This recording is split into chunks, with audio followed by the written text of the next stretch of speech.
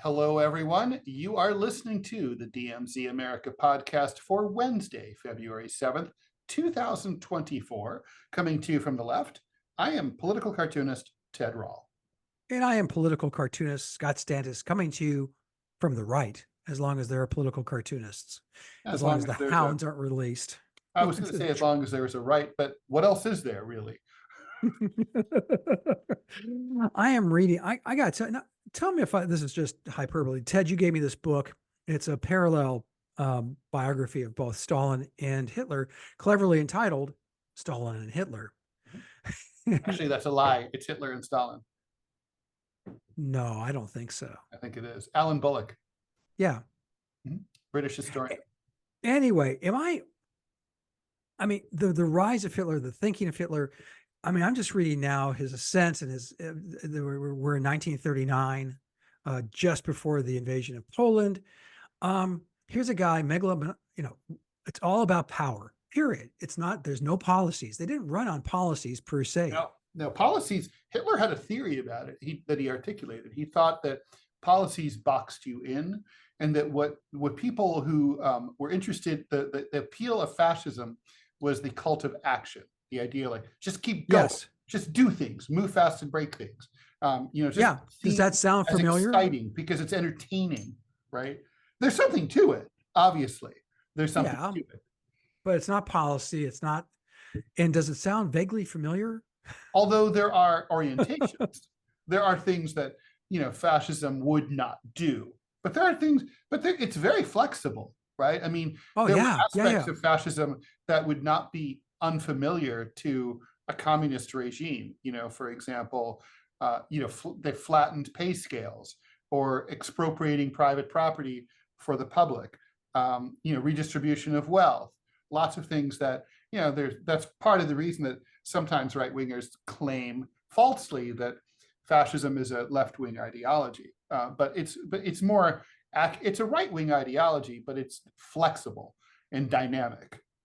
Well, define right wing. How are you meaning that? Because I hear that a lot, and people always talk about. Okay, so basically, as these terms come from the French Revolution, and when and at the time of the Revolution, when the early French Parliament met, all the people who were associated, and there were deputies who sat on the left side and deputies who sat on the right side. And after a while, the range of it, like the people who were in the center would literally sit in the middle. And so that's how that orientation starts. And basically, I think it's fair to say that economically, the left favors equal income, and the right favors equal opportunity to earn an income. So basically, the left is about just trying to secure the right of the individual to live well, no matter what, and the right is trying to secure the right of the individual to succeed, no matter what. And those obviously from there you end up with different outcomes. So the left will be into redistribution of wealth and to downward from rich to poor. The right will do the opposite. The right's more interested in business than the left is. And then, of course, when it comes to liberalism, that tends to be like I think the best way to describe it is the right puts the state above the individual. The left puts the individual above the state, which is why I've always said that you're not really a right winger as a libertarian. You're more of like a liberal libertarian, because the rights of the individual for you are super important and the rights of the state are not. But like in a true, like for example, in a fascist state, the right of the state is absolutely paramount, and the individuals are supposed to sacrifice everything for the glory and the power of the state. In a communist environment, the state, of course, socialism is a state, but ultimately under communism, the state's supposed to go away, and you're supposed to end up just with people living communally without hierarchy. I mean, the new communist man. It's kind of a joke, right? Because obviously, it's not only have we never gotten there, we can't even imagine what that would look like, right? So it's kind of like, maybe it's just bullshit. So I think that's how he would say that. But anyway, Interesting. Okay. sorry for the. No, it's fascinating. That's why we do this. Yeah, true. That's why you do this. So the 14th Amendment, the Supreme Court's going to hear oral arguments tomorrow. And you and I were talking just before we started recording that, wondering if Trump, can he show up? I mean, can he just sit there as a plaintiff at the table, and glower, Well, I don't know if as a plaintiff you have any special right to attend. Your attorneys do, but I'm not sure that even if you, like, let's say it was like the couple, the Lovings in the 60s who who sued for interracial marriage successfully. I'm not even sure they were allowed to attend, like, without just sort of waiting in line. But anyway, the point is that, so basically where we are is the Colorado Supreme Court ruled that Trump was an insurrectionist, and therefore under 14th Amendment Section 3 could and should be removed from the ballot in the state of Colorado. The Secretary of State of Maine followed suit. There's a dozen plus other states who are now have cases like that either in the works or are whatever, they're in process.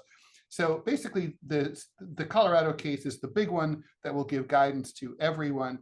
And the questions are, under the meaning of Section 3, 14th Amendment, A, is the president considered an officer? I'm going to pull up the exact text of the amendment of the relevant section so we can really, instead of just sort of doing this out of our ass. As we so often do. As we so often do. Okay, so here we go. So basically, blah, blah, blah, blah, no person, I'm gonna skip, no person shall be, I'm gonna skip to the relevant part. President, blah, blah, blah, blah, there's lots of other stuff, but relevant here, president, who, this is the important part, having previously taken an oath as a member of Congress or as an officer of the United States, blah, blah, blah, blah, blah, can be put on the ballot. Fine. So the question is the president an officer of the United States? Trump's attorneys argued in their brief that he's not, and that if the drafters of the 14th Amendment had considered that the president to be an officer, they would have listed the president and the vice president or whoever else as, rather than just have it as an officer. Because when you listen to the first part is, no person shall be a senator or representative in Congress or elector of president and vice president or hold any office, civil or military, under the US or under any state, who, having previously taken an oath as a member of Congress or as an officer of the United States or as a member of any state legislature or as an executive or judicial officer of any state to support the Constitution, shall have engaged in insurrection. I mean, I think it's a very poorly written section. And I guess the thing is, I mean, Thomas Jefferson was long dead. He would have done better. And of course, also the meaning of language has changed, even since 1868, when this was ratified. Language changes a lot very quickly. I mean, for example, begs the question, when people say that now, it doesn't mean what it meant 20 years ago. It really, now people, when they say, oh, that begs the question, they really mean it prompts the question, which is not the same thing as begs the question. But my point is, language changes. But the Colorado Supreme Court ruled that, like, it would be ridiculous to think that the drafters of Section 3 would be totally okay for someone to become a senator or a congressman, or an elector, that those people wouldn't be allowed to be an insurrectionist, but the president could be. Yeah, I think too, the language that you quoted from from Section 3, there's some language in there that you could definitely apply to the presidency, an officer of the government. I mean, yeah, is the president an officer of the United States? Trump's people say no. Well, Trump's officer. Okay, I disagree with that. I suspect you do too. I think I do. I have to agree that I can't imagine that the original intent of the drafters was to specifically exclude the president. Jeff Davis can't be a congressman or a senator, but by gum, he can be president of the United States. Although he could have been, because there was the amnesty, the general amnesty of 1872, 4 years later. But this applies to future insurrections. That amnesty only applied retroactively to the people who had served in the Confederacy. And in fact, there were people who invited Jefferson Davis to run for office, and 10 former Confederate officials did end up serving in the US Congress after the amnesty of 1872. So anyway, so I think that I agree with you, that issue is going to be rapidly disposed of. Then the next question is, and this is very big, is Donald Trump an insurrectionist? Now, this is this is the relevant part. Shall have engaged in insurrection or rebellion, or given aid or comfort to the enemies of the United States. Now, the question is, this is what legal scholars call a self-executing provision. So, for example, the president has to be over age 35, is a self-executing provision. In other words, you don't have to go to an authority and get a ruling and say from a court, is Scott Stantis over the age of 35 or not? Plainly, evidently, he is over the age of 35 by all the metrics that our society understands. So the problem is, this is written just like that. But look, unlike being over age 35, being an insurrectionist is subjective, right? Like, what is an insurrection? Was January 6th an act of insurrection? I mean, when this was passed, this came after two major events, the Civil War, obviously, and an attempt to stop the counting of the vote in 1861. Sound familiar? And that failed, but they didn't even get into Congress to stop it. But the point is, you could certainly argue that January 6th was a sort of insurrection light, but was it an insurrection? And I mean, you and I both know Donald Trump wanted the vote to stop. He did not want the Electoral College vote to be certified. We know that. We talked about it here on the pod, like before, that he was planning a coup. We both think that. We thought that. We think that was his he does everything half-assed, including his coup. You know, the question is, does a half-assed coup count as an insurrection? And yes, okay, I mean, I think that's reasonable minds can differ. I don't know is my answer. I really don't know. And then the other question is, if so, was Donald Trump the leader of the coup? Well, like you said, he does everything half-assed. That's, thank God. Otherwise, God, where would this country be if he actually had a work ethic? If we're debating this question, I think that he went there. He said, "Go to the Capitol." I think that by fight every like hell. What's that? He said, "Fight like hell."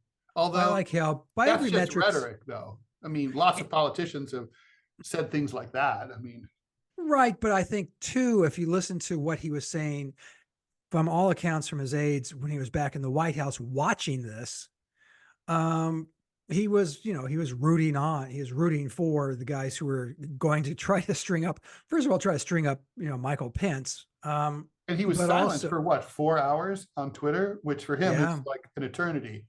Yeah, he doesn't do that at 3 a.m. And I think he understood that what if he had like said anything that was directly actionable, he would be accountable for this. Again, he's very good at tap dancing away from taking responsibility for almost anything. Yes. But I'd say trying to overturn an election, a duly counted election, and wasn't duly certified, it was about to be, but try to overturn those. That to me, that qualifies as insurrection. That qualifies as trying to have a coup, which in my mind, again, tell me if I'm wrong, a coup is tantamount to insurrection. I mean, it is for me. Yeah, I agree with that. And I think the truth is, I do think January 6th amounted to an insurrection, because an insurrection is a violent act that seeks to stop a government function. It doesn't even say an important government function. It could be any government function. Clearly, that was an attempt to do that. And clearly, Donald Trump wanted it to happen. And I guess the question is, let's just say they had seized power, strung up Mike Pence, taken over the Congress, and said, "The people wish you have decided you will remain, dear leader." Would he have been like, "Yeah, okay, Yes. Oh yeah. Oh It's yeah. clear. He would have. Now, where this question and where this story gets super interesting and where there really has been very little coverage, Ted, is what was the military's view of all this? Mm, We've heard that there were some many high-ranking generals who were like, "Oh, hell's no," yes. but Well, that also that after the wasn't all fact, of they them. say that. Yeah. Yes, well, that's excellent point. And two, there's a lot of generals who we don't know what they were thinking at the time. Right. And let's face it, the military is very right wing. So, And God knows what Trump would have offered them and promised them uh, yeah, for he did not, support. he clearly did not enact, he didn't intend like, whatever it was, 10 days in October. He wasn't going for a military coup. This No. was, he was going for a mob coup. That was And his doing approach. and doing doing what he loves best, which is just create chaos and then maneuver through And chaos and there's, get oh, what and you don't forget, want. there's those White House meetings with the Proud Boy guys and stuff like that. Yeah, I That's mean, that's pretty damning. oh, very, very. So can I think a reasonable person can get from point A to point B being, yes, it was an insurrection. And So, yes, it was okay, so directed. then, assuming that's the case, Scott, the US Supreme Court finds itself in just the worst possible I position know. Oh that my it God. can, because you know what I'm going to say. I mean, they can either follow the plain language of the Constitution, or they can allow democracy to continue in the United States. But they really can't do both, because if Colorado, if they let the lower court ruling stand, then Trump will be removed from enough states to deny him the presidency. And there Well, will let be me ask people you. who will walk into a voting booth and it'll look like Iraq under Saddam Hussein. There will be one person's name on the ballot. And people are like, well, in my jurisdiction, I see the socialist workers. Yeah, well, not in most jurisdictions. Okay, but ballot access is very hard. And Yeah. if Yeah. this were France, where there were 27 parties on the ballot, it would not really matter that much. But we've got two. And when you go from two, the difference from between 17 and 16 is not that much. The difference between 3 and 2 is huge. The difference between 2 and 1 is nuclear. It's literally the difference between you have a choice and you have no choice. It's literally democracy or autocracy. And I don't care what Democrats say, like, the sophistry is it's not anti-democratic if it's in the Constitution. The fuck it isn't. Slavery was in the Constitution. It's like, you can have something be undemocratic, and it's not democratic that you have to be 35. It's not democratic that you have to be 18 to vote. That's not democratic, but it's in the Constitution. It's like, and so also it's like, oh, Trump, we're not disqualifying Trump. He disqualified himself. Give me a fucking break. This is kind of like a cop can pull you over driving 26 and a 25. He can, and he can give you a ticket. But the point is that, like, a lot of people are going to think he's an asshole. And like, if you take Donald Trump off the ballot, a lot of people, 100 million people, are going to think that the system is fixed. Yeah. Yeah. You have raised these questions before, and you've certainly done them on your radio show. And I like to pride myself on I can take what you say or take what someone says and think about it for a while and come back with, okay, here's the answer to this question. Yeah. Ted, I can't. If I was a Supreme Court Justice Stantis, I would look at this and I'd say, oh shit, we took this. Yeah. What were we thinking? Well, they had to take it. They had to provide guidance. They do, because there's literally no, we're obviously a system of stare decisis, which is, and court history and precedent. And there's no precedent because this has never been brought before a court. There is literally 150 plus years, zero. Only one person has ever been removed from as a result of the 14th Amendment, Section 3. And it was like a county commissioner in New Mexico in 2022 as a result of January 6th. He had already assumed office, and they kicked him out over that. But no one cares about a county commissioner. But this is huge. But let's say the court, okay, let's presume for a moment that the court is as quick as it was back in 2000. Oh God, well, that was 24 hours. Yeah, well, this could be 24 hours. They could hear these arguments. Which means, in which case, that means they've already decided what they're going to do. I think they already have. I think don't forget, these are legal for all of their faults, for all of the trips they take. Even Clarence Thomas is a legal wonk. They love the law. They think about the law. They live and breathe this stuff. Not to mention they have brilliant clerks. So they have this question before them, and it's something that's never been tried or really heard from before. And now, this is in front of them, and they will decide in large part who the next president is. They have to get it out fast, Ted. They have to. True. And I suspect maybe there's less pressure now because in terms of time, because both the primaries are effectively over. So they have really until the summer. But ballots are being printed. You're probably right. I'm just thinking from a practical standpoint, how soon do you have to have this? And also, I think you have to have it by like late July, I would think. I think by the latest. I think they may take like a week. They won't take the that long. Most. They'll take a week or two, maybe. Yeah, at the most, because they, like I said, this is one of those things like clear my calendar, drop everything else, let the grass grow tall. I'm not cutting it. This is all we're doing right now. But let me ask you, Ted, I mean, given how you couch this, and I think you're right on. If you are Associate Justice Rall, and this is in front of you, it's a no-win situation because, I mean, the Supreme Court technically should only look at the law and let the chips fall where they may, in the language of the Colorado Supreme Court ruling, without fear or favor. But that's not how it really is. I don't think you can. It's supremely political. And this is where they have a role that has developed over the years as national referee. They're the ref. They have to call safe or out, right? Right. Now, and I'm trying to think, the Roberts Court has had a history of like doing these niggling little, before they had this conservative majority, particularly. Yeah. Before Dobbs, this sort of niggling little like a nibble along the edges of a case, right? And the very narrow decisions. Ted, you are right on this one. You can't get away with that. I've been thinking about this for weeks. Yeah. What's the compromise? What's the cop out? What's the Biden? What is the Bill Clinton option? Right. That depends what is. What is the weasel approach? And I'm trying to think that the weasel approach, I mean, you could conceivably, and you'd still have to get a majority. Rule on a technicality.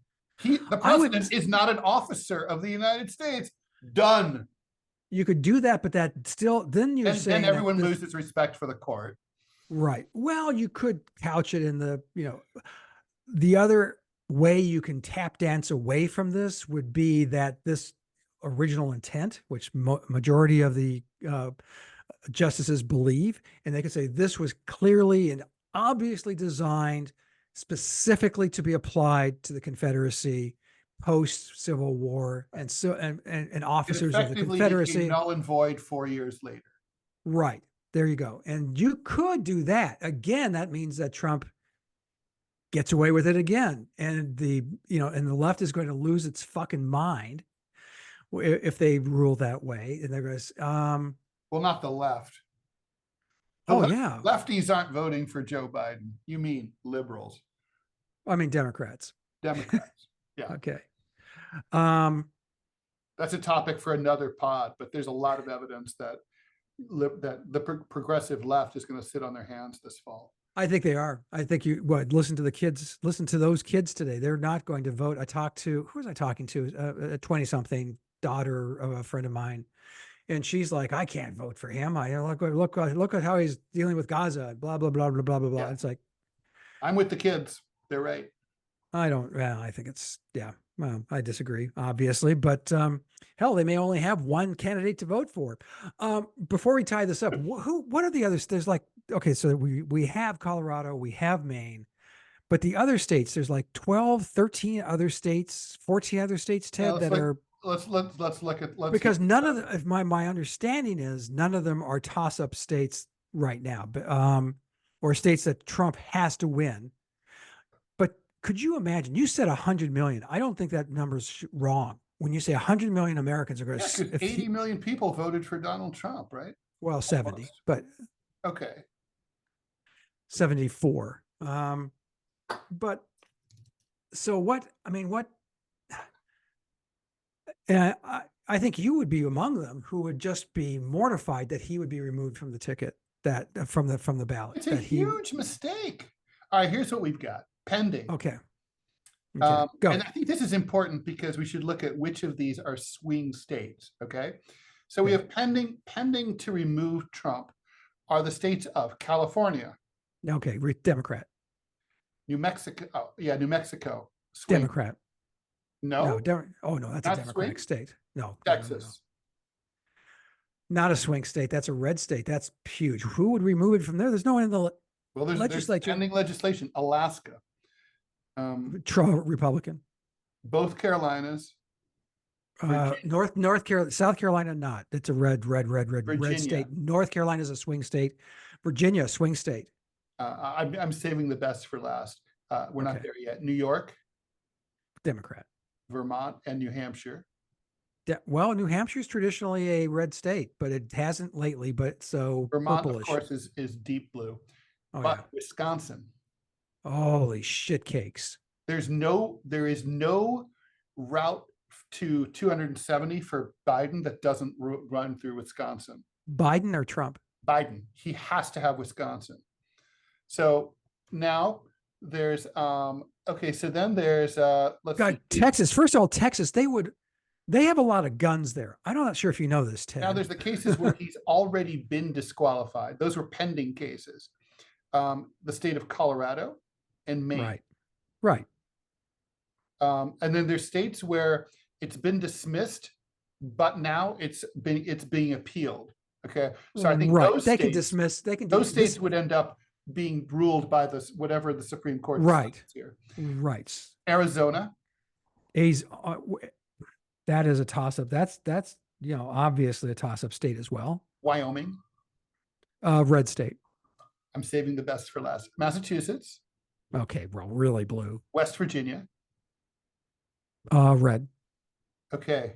Illinois and Florida. Illinois is red as hell. And Florida, I mean, blue as hell. Illinois is red as hell? No, blue. I meant blue. No, Illinois is not a swing state. You don't think it's swingy? Oh, God, no. We know Florida. Not anymore. I don't think it's swing state anymore. I think Florida reminds me a lot of Ohio. Well, not the weather, of course, but the fact that Ohio for years was the swing state, right? The swing state. No, not anymore. No, it's very much locked into the red column, into the Republican column. Florida, I think, is solid red. I mean, I just cannot see that. That's the current situation. But you've got North Carolina, Wisconsin, Arizona, as you know, those are huge. And if he gets kicked off the ballot there, then I think then you're looking at an uprising. And I'm not sure that you know what, Ted? We've been talking about this now for about an hour. Or about a half hour, rather. Yeah.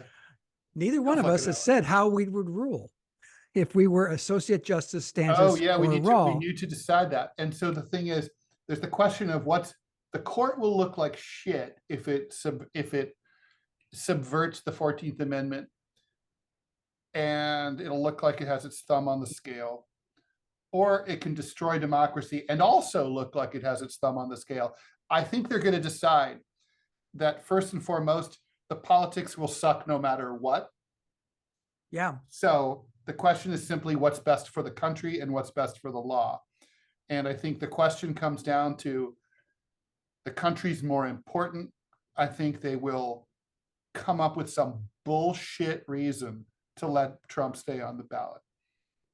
It'll be on a technicality, like maybe you can't define insurrection. The language is too vague for it to be enforceable. I don't know.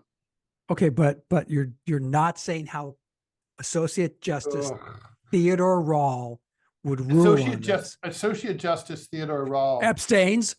No, is an ideologue and always has been, and an idealist, and believes in following the rules no matter what.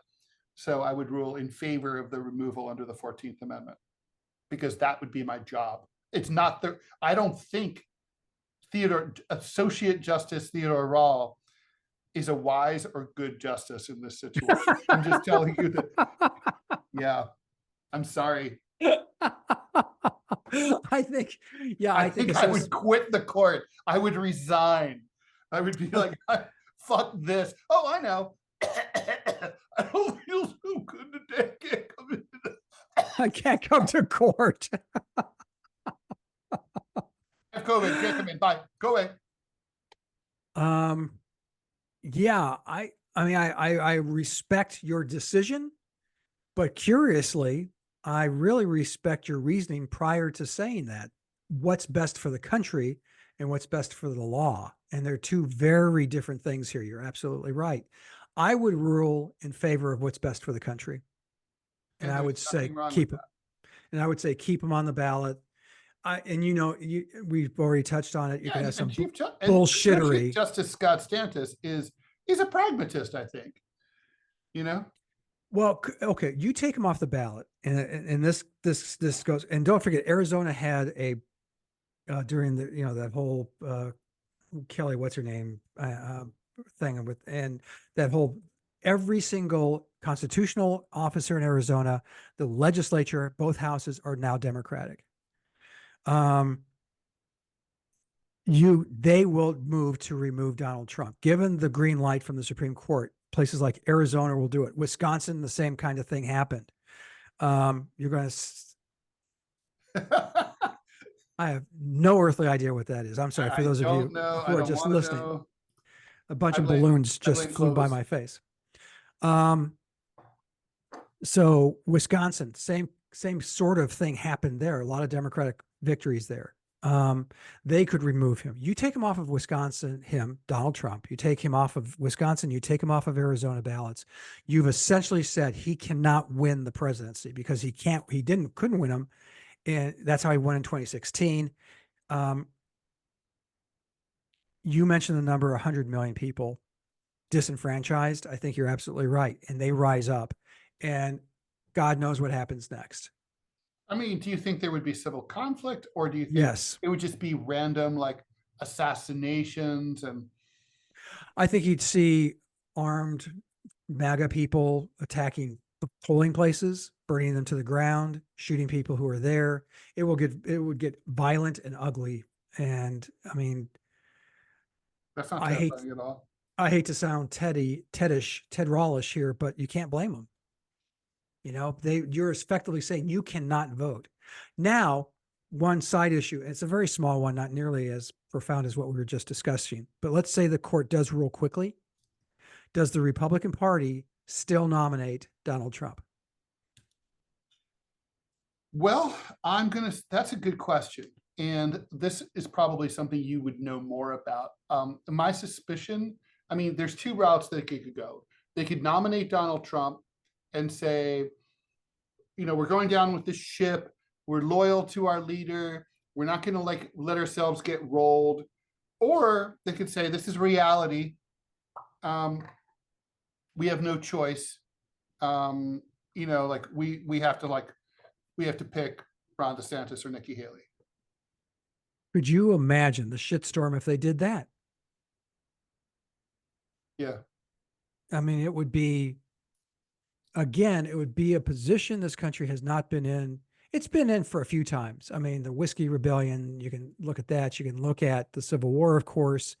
There are other times. I mean, the end of Reconstruction, the violence there was unbelievable. Yeah. So we've been to places like that. The race riots of the early part of the 20th century, same thing. Yeah. So we've seen this bursting of violent action. But if the Republican Party said, okay, listen, they said we can't be on half the ballot, 16 ballots in the election, the fall election. We'd like to win this one. Trump will never step down. He'll never back down on this thing. The Republican Party itself would be put in an impossible position. And if it did decide, like you said, let's say the RNC nominates Nikki Haley or DeSantis or someone else. Mhm. The Trumpies would go and have the what would you call them? The right Republicans or whatever you would call them. And they would have their convention and they'd nominate them. Now, does that get on ballots? It can't, because the Supreme Court already said that states can block them. Yeah. This gets so ugly so fast. This is so important. I mean, it truly is, Ted. I just can't. You and I have never seen anything like this in our lifetime ever, and we lived No, through the nobody has. '60s. And it's like, I You, think, I mean, what's shocking to me is not that we're in this position, because every system contains the roots of its future demise. And the United States Constitution is no exception. But but I do think what's shocking to me is how we're sleepwalking into it, and how the media doesn't seem to understand the gravitas, and the Democratic Party doesn't they seem to don't. understand that this is a car that they don't want to catch. Have you ever heard any of the Democratic, our friends, either in cartooning, commentary, in the world of politics? I've not heard one Democrat say the things you say, Ted, which is that we're walking into a morass, that an abyss of which we may never come back. What I'm hearing from the Democrats, from the left, is that this is great. Of course, he's an evil man. He's a bad orange person. We can't have him on the ballot. Of course, we should be able to kick him off. Yeah. And I'm going, Holy Mary, Mother of God, think about what you're saying and think of the repercussions of what you're They're saying. not thinking about the repercussions. No. They just don't care. They just want Trump gone. And that's bullshit. But anyway, because it's like, it's about, yeah, you want to do things, but you don't want to be in the fascist cult of action. You want to think, Democrats like to say that they're the careful, thoughtful party, but they're not being thoughtful or careful here. Anyway, we should leave that here. Okay. All right. Because we have more stuff to talk about. So we do. Let's take a quick break and come right back. Welcome back to the DMZ America podcast for Wednesday, February 7th, 2024. I'm editorial cartoonist Ted Rall, coming to you from the left. And I'm editorial cartoonist Scott Stantis, coming to you from the right. So, Scott, as I know you're well aware, Tucker Carlson, former Fox host, now independent, secured a high-profile interview with Russian Federation President Vladimir Putin. He was tooling around Moscow the last couple of days. Rumors were afoot. Dmitry Peskov, the Kremlin spokesperson, confirmed that Putin gave the interview. Apparently, the interview is going to air tomorrow, is what we hear. But I think basically it's pretty clear that why Tucker would want it is pretty clear, and why Putin would want to talk to the American people is pretty clear. Apparently, Tucker claimed that no one in the West wanted to interview Putin. That's not true. Said that wasn't true. No. But that there had been a bunch of interview requests by Western media outlets, as he called them, Anglo-Saxon media outlets, but that they had not been granted. Obviously, Putin expects to get what he would consider to be a fairer hearing. I would imagine certainly a less edited hearing. I would imagine that Tucker will probably run the whole thing, or almost the whole thing, in a way that Western news media never would have. I mean, at worst, at the most innocent, they would have cut for time, and at the least innocent, they would cut anything that made Putin look good, and emphasize anything that made him look bad. And obviously, that's not something Putin would want, because he's not an idiot. And so this is Putin's big opportunity, high profile, particularly directed to the right, because those are the people who watch Tucker Carlson. It's sort of a hodgepodge of right-wingers, MAGA people, and progressives who are interested in Tucker Carlson, because they view him as an uncensored voice and someone who is suspicious of military interventionism. So they don't agree with everything that he has to say, but they're kind of like, well, I'm interested. Tucker's interesting. I'll check him out. So Putin's going to talk to the American people. I suspect that a major topic will be Ukraine, and that, you and I were talking about, and have been talking about, sort of offline.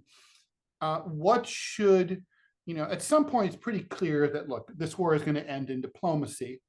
Yeah. At some point, they're going to negotiate. They're going to have to. The Ukrainians thought they could kick the Russians completely out of Ukraine, including out of Crimea. It's pretty clear the Russians aren't going anywhere anytime soon. And the Ukrainians have reported that they're outgunned, they're on the run, they're losing, they're out of ammunition. The impasse in Congress means that there's less materiel going. But the Ukrainians always had an uphill battle anyway, because they're 1/6 the size of Russia. Russia is a major, formidable military power. Ukraine, even with the help of NATO and the United States, just can't match that. And so their counteroffensive against Russia last summer failed. And so here we are. Basically, the lines haven't really moved all that much in the last year. And basically, we find ourselves as follows. In the peninsula of Crimea has been firmly in Russian hands since 2014, when there was a plebiscite that was observed by international observers, but basically it was sort of a soft invasions, like what they call them, the little green men. They're Russian soldiers who sort of appeared, but they weren't in uniform, but they were wearing military type gear, and they were driving tanks, but the insignia had been painted over, and they weren't talking to anybody, but we kind of all knew where they were from. And they were well received because the people of Crimea are ethnically Russian, overwhelmingly. They were happy to be part of Russia. Then there's the Donbass, which incorporates what they call the Donetsk and the Luhansk People's Republics, which have probably as a vexillologist, some of the more interesting flags, because they're Soviet flags, basically. And so they still have hammers and sickles and stuff on them, and but they're not really Soviet, ideologically. But anyway, the point is that those basically were autonomous zones that I think last year or the year before requested to be brought into Russia and annexed into Russia, and Russia did that. The Crimea thing, I think everyone kind of understands. That's a fait accompli. I think Donetsk and Luhansk is kind of still like, that's a de facto, it's a fact on the ground, but the international community hasn't really ceded it. I don't think Zelensky ever expects to see Crimea back, but he might like to get Donetsk and Luhansk back. Those are ethnically Russian also. They probably are people who mostly don't want to go back to join Ukraine. And so the question is, what should be done about Putin's demands and Zelensky's demands? Zelensky wants Russia completely out of every square inch of what was Ukrainian territory before 2014. Putin wants Crimea, Donetsk and Luhansk, and he wants Ukraine to drop any pretense of trying to join NATO, and for Russia and Ukraine to sign a mutual non-aggression treaty. In other words, we do not view each other as enemies or adversaries. And then and Putin is okay with efforts of Ukraine to join the EU should they want to do that. That's basically where things stand. Right. Okay. So the spring offensive wasn't. It just didn't go anywhere. The Russians, they stiffened up resistance. The Donbass region, which is where the Ukrainians thought they'd have the most success, had none. They were hoping to make some incursions into Crimea. They had none. I hate to say it because you and I disagreed on you thought that Putin may have had a stronger case for invasion than I do. But regardless of any of that, reality is where we are today. And the reality is the Donbass belongs to Russia. Crimea belongs to Russia. That's not moving. If I were Russia, I would make some concessions for world consumption, saying, listen, we're going to give them this. And it could be, 10 square blocks of Donetsk, or, someplace, a town they have to do something like that just to show that there is some room to negotiate, because right now, some give, and it can just be purely symbolic. The fact of the matter is, when all is said and done, Russia's going to get what Russia wanted, which means that a commitment by Ukraine not to join the EU, demilitarized zone. They're not asking for that. The EU is okay. NATO. You've got, some kind of demilitarized zone on the border, some kind of commitment to non-aggression from both sides. Now, how do you guarantee that from the Russian side? I don't know, but you're going to see those areas that are now being occupied by Russian forces. They're going to have to concede that to Russia, because there's no way Russia's going to give it up. And if you don't do that, this goes on forever. Now, the fact that the Ukrainian forces say they're running out of ammunition and stuff kind of makes you wonder where they've misplaced the money, the scads, the tons, the gobs of money we've sent to them. I hate the fact, and I know it seems nitpicky and weird and very nerdy to say, I really wanted and demanded a strong accounting of where this money ended up. We don't know, Ted. We have no idea. They can tell us. But I think we have some idea. I think Mr. Zelensky has a lovely retirement place picked out in, Zurich or, wherever. French Riviera, yeah.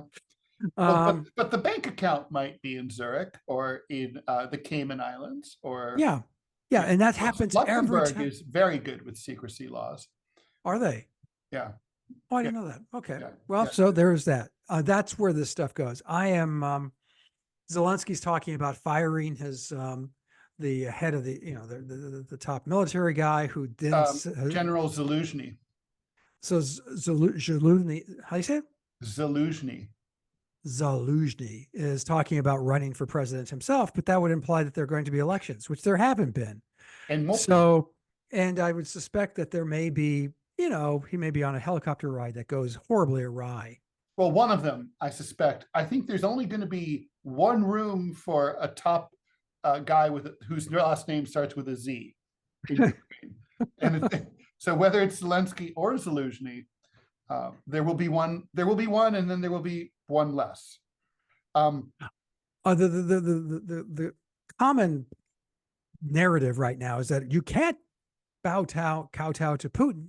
That will just ennoble him to go and invade other places. Firstly, I don't think that's true, and I'll tell you why real quick, because this was a full-on invasion in terms of they came across the border. I think their expectation, they being Putin and his minions, that they would somehow, this would be a pushover, and it wasn't. So to the credit of the Ukrainians and the Ukrainian people, they stood up and they fought. But ultimately, this is what Putin wanted and should have gone for in the first place. And so like I said, it's going to be the Donbass region. It's going to be Crimea. That's going to be Russia. Where do we go from, and does this embolden Putin? Putin tried a full-on invasion and it failed. His other tactics of look at it depends. I mean, here's the thing. When you always when one looks at something and says, okay, this would embolden Putin. By the way, this is a very American idea that doesn't seem to have doesn't really make a lot of sense. Like, oh, if Putin wins in Ukraine, it'll embolden China to invade Taiwan. No, China will, if China decides to invade Taiwan, it will base that decision based on, it'll weigh a bunch of factors. How likely are we to piss off the Americans to the point where we end up in a hot war? Will we end up fucking up our economic links that we've built up so carefully over the past 40, 50 years? Will we get away with it? Will we be able to rule the people of Taiwan? How will this play domestically? They're going to weigh those things. It's not about like, look, it's so childlike. Oh, Putin invaded Ukraine. So, as me, President Xi, I can take Taiwan. It doesn't work that way. Now, the only way that I think these things are interrelated is that President Xi, if he did decide to go into Taiwan, might say like, well, the Americans are very busy. They're tied down with Israel and Ukraine. They might not really feel like they can bug us too. This might be a good time to go after Taiwan. That's how that might play. But I don't think, and in terms of like, here's the thing. If Putin was all invadey and wanted to invade all over the place, there are other places he could have gone into first. It isn't a land grab.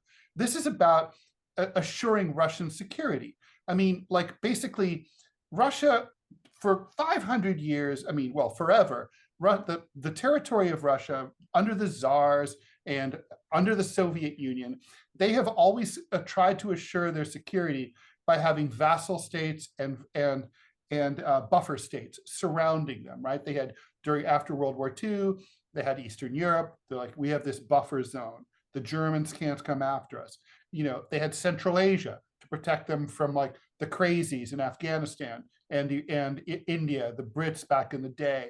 Like they've always wanted buffer, and like because there's not really a lot of natural barriers to protect Russia from invasion. And so like Ukraine is the most sensitive of all of Russia's borders because historically the Nazis came in through there in 1941, and 25 million Russians died as a result. And the Ukrainians didn't acquit themselves with a lot of glory. They welcomed the Nazis. So the Russians don't trust that border. And so the Ukrainians, when they started playing like, we're going to join NATO, you know, the Russians got nervous. And so, but if the Russians were just looking at the map like a game of Risk, there's a lot of other places they could have taken over completely, and they have not done that. I think the Russians would rather rent than own. I think the Russians would, they want to rent Ukraine. They don't want to own it and occupy it. They rent Belarus, right? They rent Georgia and Azerbaijan. They rent part of Turkmenistan and Kazakhstan and Uzbekistan and Tajikistan. They're like, we have relations. We have good relations. We know they'll take our calls. We know they won't fuck with us. They want that same relationship with Ukraine. I don't think they want to have Russian troops stationed there fending off attacks all the time. It's just not their model. Yeah, okay. First off, I'm going to disagree that it's not a land grab. It definitely was a land grab. That's why the Donbass is being occupied by Russian forces. It gives you a bridge and a buffer. It's something even more practical than that. I think it's actually a way to transport from Russia to Crimea. You have this. Well, that's true. Although they had that ability to do that anyway. You know, there's a land bridge. Well, if I'm looking right now at a map of Crimea. Crimea is attached. If you pull it up, there's a bridge right into that goes right to Novorossiysk and Krasnodar in Russia.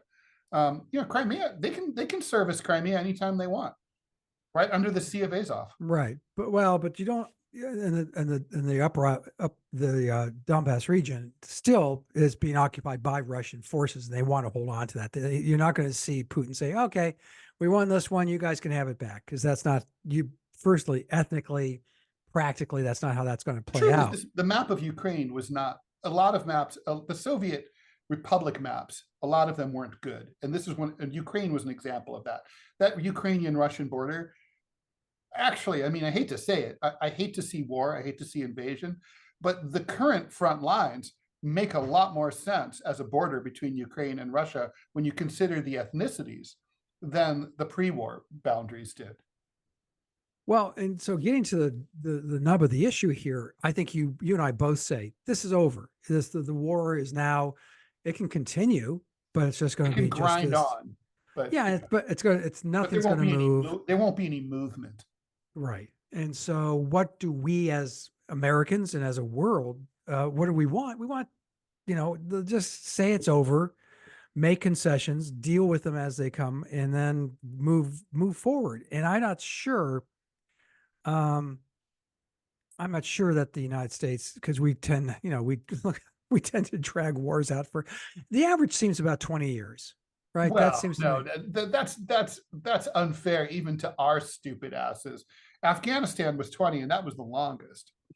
Yeah, but Vietnam was close to that. Vietnam started in 59, ended in 74. You've got obviously Iraq, same thing. Although that's not over. We're still there. Apparently we're still bombing shit. Yeah, like idiots. And who knew that we had invaded Jordan? That game apparently. Every now and then, that's how we learn. Like, oh, by the way, your son died someplace that you didn't even know he was at. Huh. Wow. Huh. Djibouti. Huh. Who knew? That can happen. Oh, Djibouti? Yeah, actually, it could. That can happen. Yeah. No, we have shit there. The poor man Somalia, Kenya, Tanzania, you name it. Mozambique, which has an awesome flag, by the way. It does have the, if you're an NRA member, you've got to love that Mozambique flag. Yes, it has a rifle on it. AK-47. Yeah. There's a couple other countries that have AK-47s on the flag, aren't there? Or am I mistaken? I'm trying to think. I'm trying to think of what flags. I was testing myself the other day. What flags have weapons on them? Saudi Arabia. Yeah, swords. Yeah, a lot of swords. There's a lot of swords, but actual guns. AK-47s. I'm trying to think if there's another one. Rocks as a weapon. They used to be, or arrows. Or the holy hand grenade from Monty Python. A reading from the Book of Armaments. So are you gonna watch the interview? I guess the I'm Tucker. absolutely going to watch it. It should be fascinating. Look, I'm currently reading Philip Short's biography of Putin, which when I'm done, it'll be in my next box of books that I send to you. Oh, thanks. And you'll like it. It's fascinating. The overtures, so many overtures that Putin made to the United States during the 90s and 2000s. He kept requesting to join NATO. And at one point, so the thing about NATO is, of course, people forget this. NATO is, I don't know, there's like 18, 19 countries in it, but really all the decisions are made by the old World War II allies, which is now called the Quad. So that's the US, the UK, France, and Germany. Germany obviously wasn't a World War II ally, but anyway, The point is they run everything. Countries like Latvia are just rubber stamps, right? And so the US said, okay, well, maybe you guys, Russia, you guys can join NATO, but you'll just be one of like the 20. And they were like, we're not going to be like Latvia, like, no. And they were like, after 9/11, again, Russia provided all sorts of intel about Al-Qaeda and terrorism to the Bush administration, and who snubbed them at every turn. Also, when the Bush went into Iraq in 2002, 2003, they kept trying to say, like, Saddam has WMDs, but Saddam had close ties to Russia, and Russia intelligence was very deeply involved in Iraq. And so they contacted the Bush administration repeatedly, and they were like, we know Saddam doesn't have WMDs or the capability, and here's the intel. They gave everything that they knew to the Americans, and Dick Cheney's people didn't want to hear it. It's no. And so at every turn, even by the memories, and Philip Short doesn't like Putin. This is not a pro-Putin book, but it makes very clear that the United States repeatedly rebuffed Russian overtures repeatedly. It's really sad. I mean, it reminds me a little bit of at the National Archives, there's a famous letter from Castro, I believe, to young Fidel Castro to FDR, talking about how much he admired the United States. And it's kind of like, we could have had that. We could have had that friendship. Ho Chi Minh loved the United States and wanted a relationship, and again was snubbed at every turn. We're kind of dicks. Well, when you have all the money, you can be. But you shouldn't be. In fact, that's exactly I agree. when you shouldn't be. Anyway, so basically, I guess the question of where this all comes down, I think we basically agree. I think the Russian view is going to be, we don't have to make any concessions. You guys imposed all sorts of sanctions on us. You treated us like shit. I could see a quid pro quo where Russia says, okay, we'll pay reparations, like reconstruction in Ukraine. We'll send more money for you guys to embezzle, but you guys the West has to drop all their sanctions. But at this point, maybe Russia doesn't care about the sanctions because they have a whole new relationship with China and India that they didn't have before. So the war has created a whole realignment and all sorts of opportunities for Russia and for China that didn't exist before. It's pushed them into each other's arms, just like Vivek has said, and he's right about that. Yeah, I think I think Russia would prefer not to have the sanctions. It just makes life easier for Sure, everybody. sure. Yeah. But yeah, but nah, that's not going to. Although, once the US imposes sanctions, you never get rid of them. I know it's the weirdest, the damnedest thing. I think we still have. I still think we have sanctions against the Ottomans. I'm pretty sure. All right, with that, let's take a break and come right back. Okay, then welcome back to the final countdown. Fuck that. That's my morning show. God, Ted. Radio Sputnik. Welcome back to the DMZ America podcast. That's what it is for Wednesday, February 7th, 2024. Coming to you from the left, I'm political cartoonist Ted Rall. And I am not Ted's co-host on the Final Countdown, Angie Wong. I am, in fact, editorial cartoonist Scott Stantis. In this day and age, with trans, possible. Don't judge me. So, editorial cartoonist Scott Stantis coming to you from the right. So final segment. Jesus Christ. Yeah, I know you and I are we're like fucking Biden conflating Emmanuel Macron with Francois Mitterrand and conflating France with Germany all in the same breath. Okay, so Alan Lichtman is a presidential historian who has a very good record of predicting presidential race outcomes since 1984. So over the last 40 years. And he has a formula called the keys to the White House.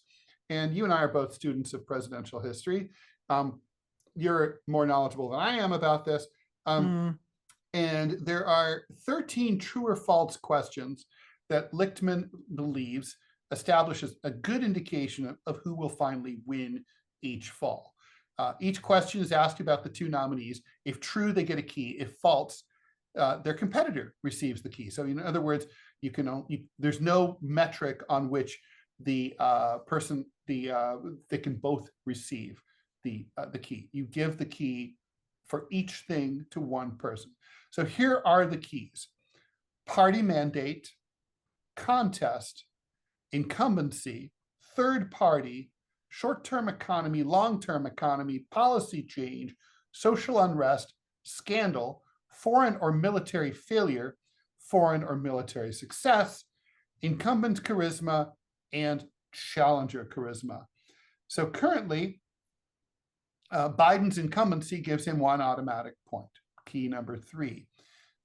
RFK Jr., however, did not end up appearing on the Democratic side, so therefore there's no challenge. So that gives him another key for Biden because he had no significant third party or independent primary challenge. He also received keys for having economic growth. However, Trump gets a key, which is the whoever holds the majority in the House of Representatives, which is the Republican Party. And Lichtman gives Trump key number 12 because he has charisma, Biden doesn't, and possibly another point if Biden fails to have a major success in foreign or military affairs. There hasn't been one so far. Okay. This outcome did correctly predict that Trump would win in 2016 and that Biden would win in 2020. So I think we should look at the other keys and try to determine where we're at, right? So basically, okay, Biden has 5, Trump has 3, if we agree with Lichtman.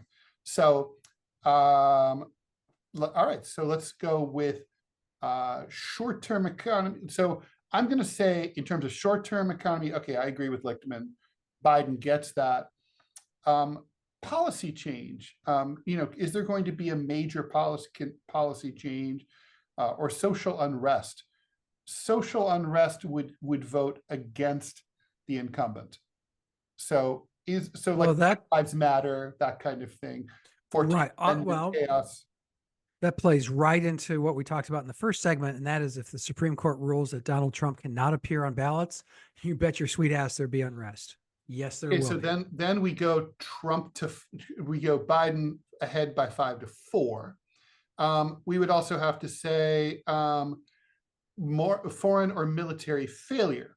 I could see the war in Ukraine being considered like maybe that's a half point, right? Because it's pretty clear that Ukraine is lost, but it might not be really widely understood in the news media or by the public by November. What do you think? I think it's going to become more and more glaringly obvious that that the Ukrainians have lost this war.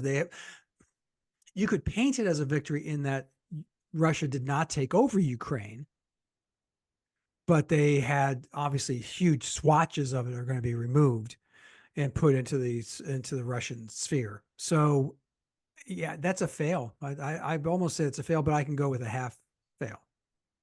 Okay, I think that's where we're at there.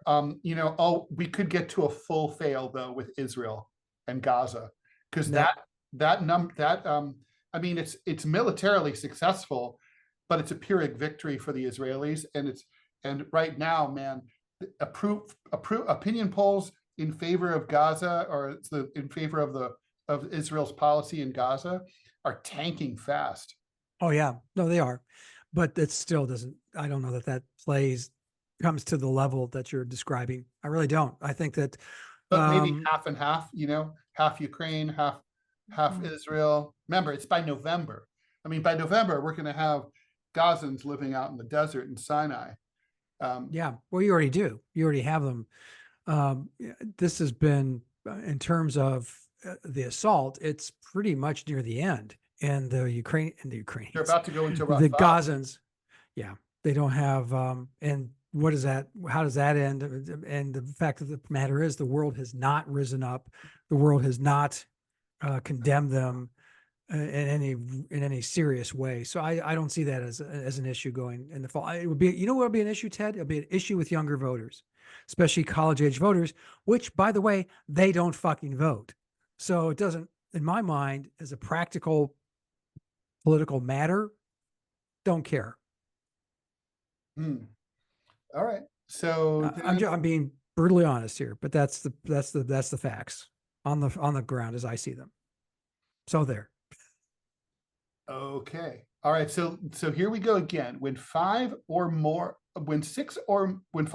fewer of the following statements are false, the incumbent wins.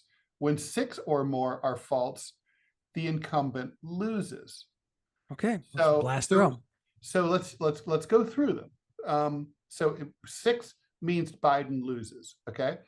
Number 1, after the midterm elections, the incumbent party holds more seats in the House. Okay, that statement is false. That statement is false. The Biden, the Republicans gained seats in the House in the last midterm election, right? Isn't that true? Yeah. Remember, the red wave did not materialize, but they still picked up a few seats. Okay, yeah. So that's. I think I think the Democrats gained seats though, did they not? No, they did not. They lost. All right. Okay, so that's 1, but no primary contest. There's no serious contest for the incumbent party nomination. That statement is false.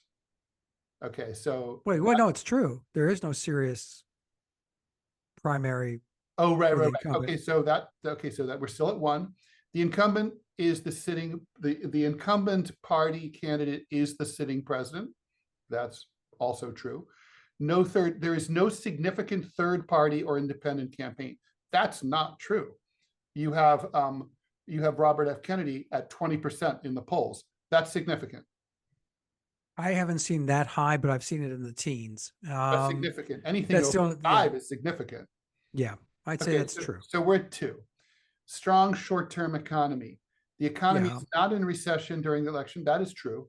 Strong long-term economy. Real per capita economic growth during the term equals or exceeds mean growth during the previous 2 terms.